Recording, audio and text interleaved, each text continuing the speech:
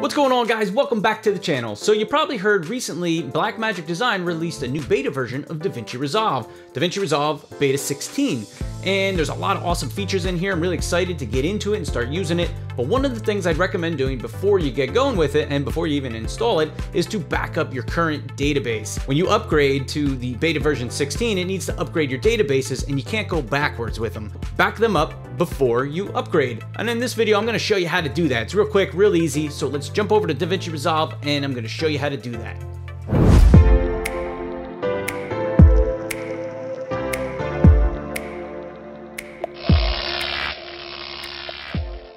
So here I am in DaVinci Resolve. I've already launched the program and this is the window that I'll get when it first comes up so that you can select your project here.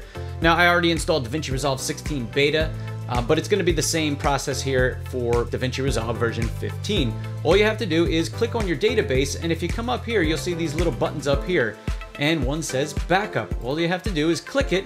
It's going to ask you where you want to save your backup, and then hit save. It'll run through its little backup. It takes a few minutes depending on how many videos you have in your library, and then you'll be all set. You'll be backed up. You can upgrade your database with the new version of DaVinci Resolve, and you should be all set to go.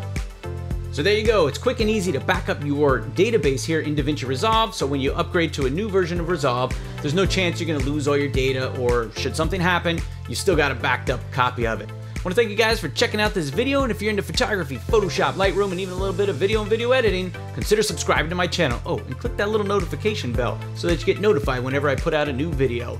Thanks for watching, and I'll see you in the next video.